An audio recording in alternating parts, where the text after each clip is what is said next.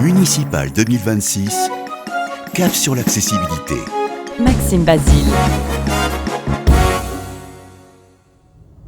Elle rêvait de relancer le kiosque à chichi. Elle sera une de ces personnalités fortes de ce lien que je veux renouer entre la mairie et les Toulonnais. Tant que Rennes aura peur, je n'aurai pas le droit de me taire. Alors je vous donne rendez-vous dans nos rues, sur nos marchés, pour convaincre que l'avenir de Strasbourg s'écrit à gauche. S'il faut que cette longue marche du peuple français vers la liberté, l'égalité et la fraternité reparte d'un endroit, alors elle partira de Roubaix. Paris valait bien une messe. Aujourd'hui, Paris vaut bien mieux que le PS. Moi, j'appelle tous les Parisiens, je vous appelle tous. Je vous appelle à nous rejoindre. Je vous appelle à nous faire confiance. Faites-moi confiance. Nous allons gagner. Nous allons gagner.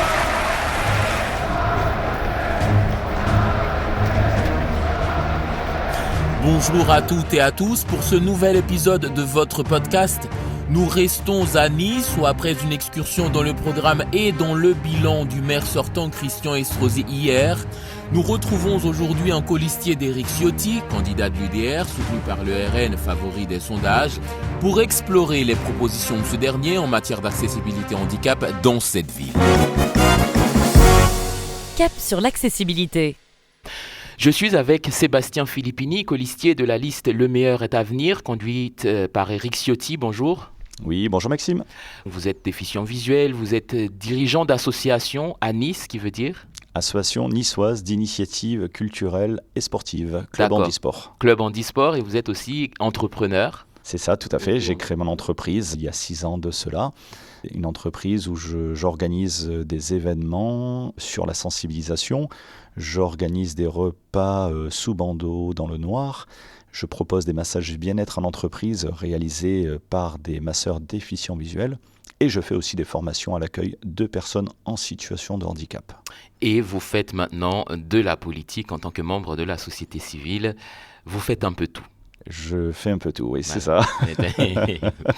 Alors, pour commencer, Sébastien, quel est aujourd'hui, selon vous, l'état d'accessibilité de cette ville de Nice ? Alors, c'est vrai que je suis moi-même déjà déficient visuel. Depuis 32 ans, j'ai perdu la vue. J'en avais 16.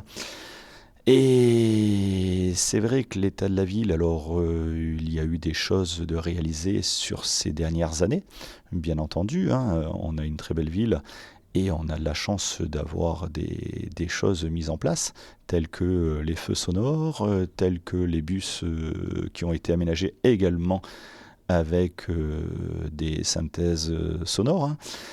Voilà, il y a des endroits sur Nice où il y a des passages piétons adaptés, que ce soit pour les personnes en fauteuil et les personnes âgées, etc. Mais il y a encore pas mal de choses et de travail à faire pour que l'accessibilité soit faite pour tous.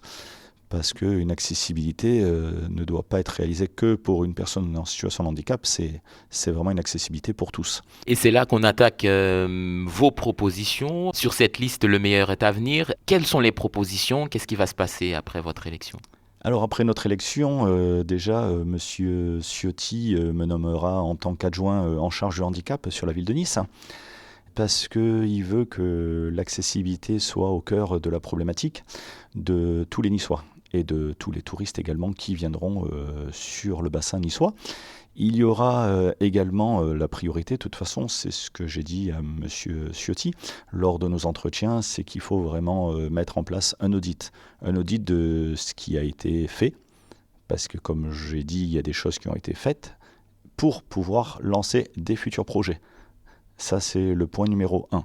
Le point numéro 2, c'est que l'accessibilité, il va falloir vraiment le travailler avec tous les services de la ville de Nice.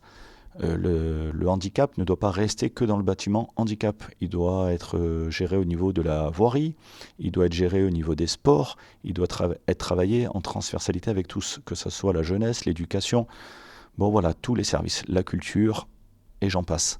Parce qu'une personne qui veut faire du sport, ça ne doit pas être l'handicap qui doit se récupérer le bébé. Il doit être mis et travaillé avec le service des sports pour orienter la personne le mieux possible et dans le sport le plus adapté aussi et vers l'association qui peut être à même d'accueillir le jeune ou la personne adulte qui a un handicap.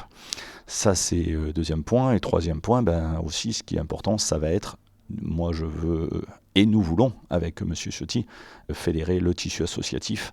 Pourquoi ? Parce que c'est super important de travailler avec les acteurs et les personnes qui maîtrisent le sujet, avec des personnes qui savent de quoi on va parler et du terrain. Ça fait que fédérer les associations avec la ville de Nice, c'est également la priorité.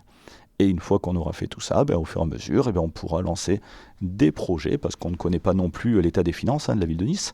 N'ayant pas la maîtrise de ça, je ne suis pas un futur élu qui va dire à mon maire, à Monsieur Ciotti, je veux qu'on fasse ça, si dans les caisses, ça ne suit pas.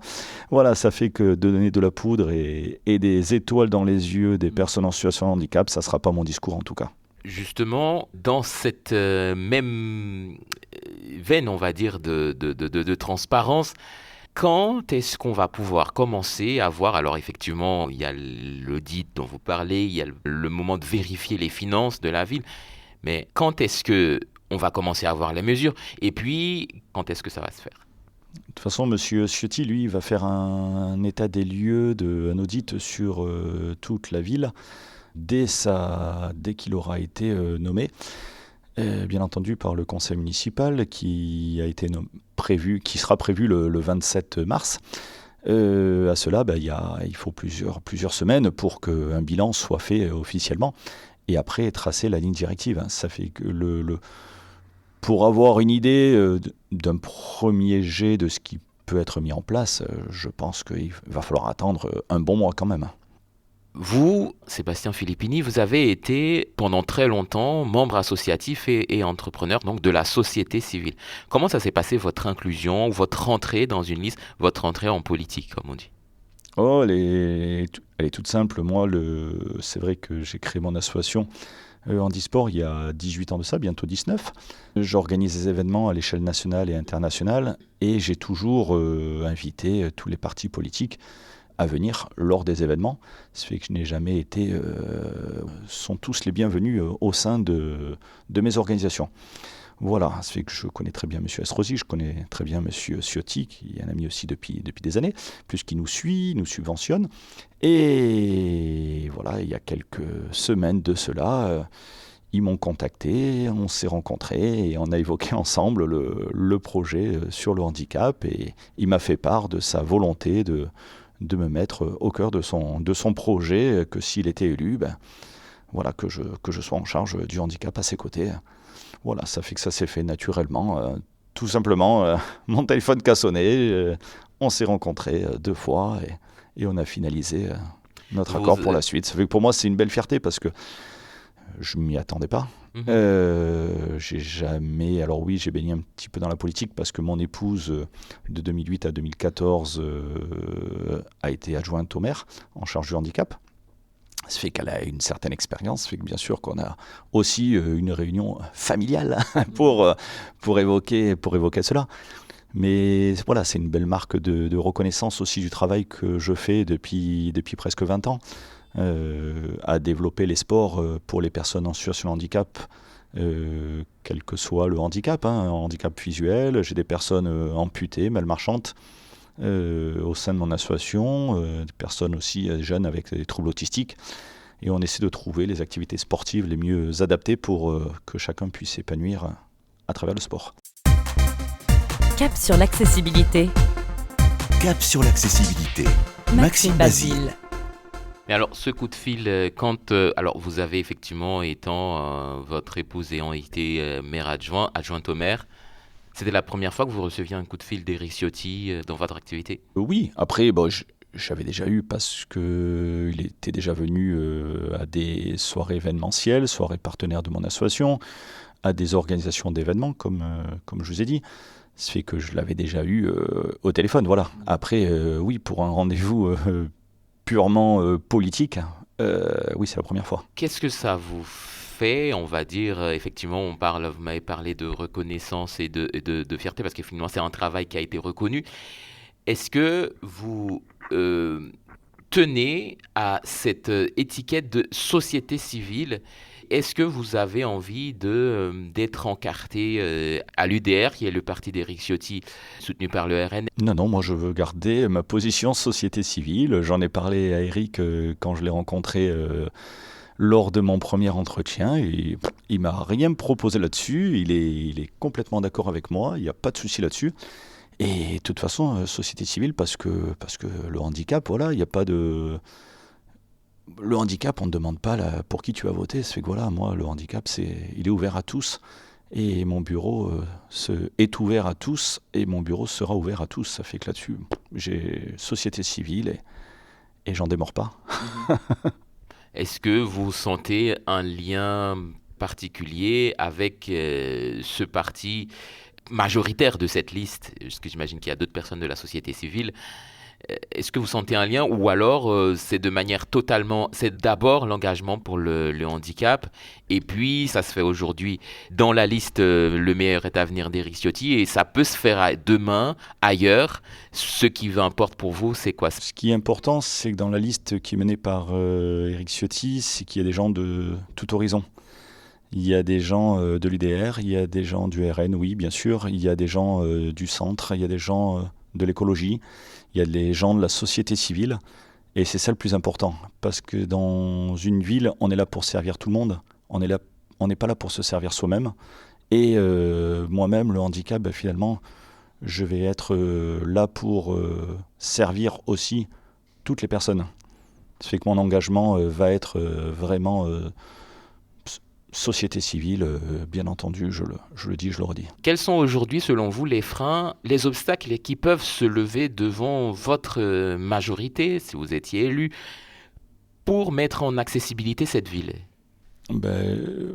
Les freins, ça va être le volet budget, finalement, parce que le budget, le volet financier, c'est le nerf de la guerre. Mais derrière, ça va être, pour l'instant, les freins, j'en vois pas. On verra bien quand je serai élu, et voilà, on va gérer au fur et à mesure. Mais bon, pour l'instant, je ne vois pas de frein. Je vois un avenir serein, et un avenir où déjà les Niçois commencent à écouter notre programme, à être confiants et en conscience qu'il faut du changement. Et le handicap est important pour l'avenir de Nice, parce que le handicap, c'est pour les personnes en situation de handicap, mais comme j'explique, quand on refait un trottoir, oui, une personne en fauteuil roulant, oui, une personne déficiente visuelle et d'autres types de handicap, mais ce n'est pas que ça, c'est aussi les personnes âgées qui ont du mal avec leur caddie de monter les trottoirs qui sont très élevés. Ça peut être une maman ou un papa avec une poussette aussi, et cette accessibilité-là, elle sera faite pour tous finalement. Alors pour finir, Sébastien Filippini, votre engagement, on va dire votre vie politique, si on peut dire ça comme ça, commence aujourd'hui sur une liste au municipal. Est-ce que vous voyez plus loin? Est-ce que vous l'imaginez plus haut? Déjà, je l'imagine le 15 et le 22 mars, ça c'est déjà le point numéro 1. Et point numéro 2, ça va être de faire un mandat déjà, de mettre en place des actions, d'être proche des citoyens niçois. Et après, on verra au fur et à mesure des années. Mais dans un premier temps, non, restons sur un mandat local. Et après, on verra. Voilà. Mais en tout cas, d'être proche des citoyens et de savoir écouter, de savoir apporter des réponses, et de savoir être le plus disponible possible sera ma priorité. Et notre priorité avec Éric Ciotti. Merci beaucoup Sébastien Filippini, membre de la société civile, entrepreneur et colistier de la liste Le meilleur est à venir d'Éric Ciotti. Merci Maxime.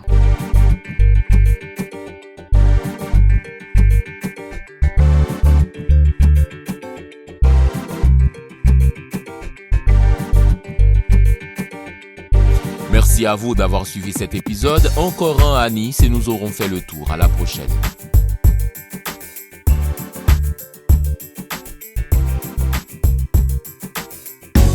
Retrouvez ce podcast sur toutes les plateformes et abonnez-vous pour ne rien y manquer.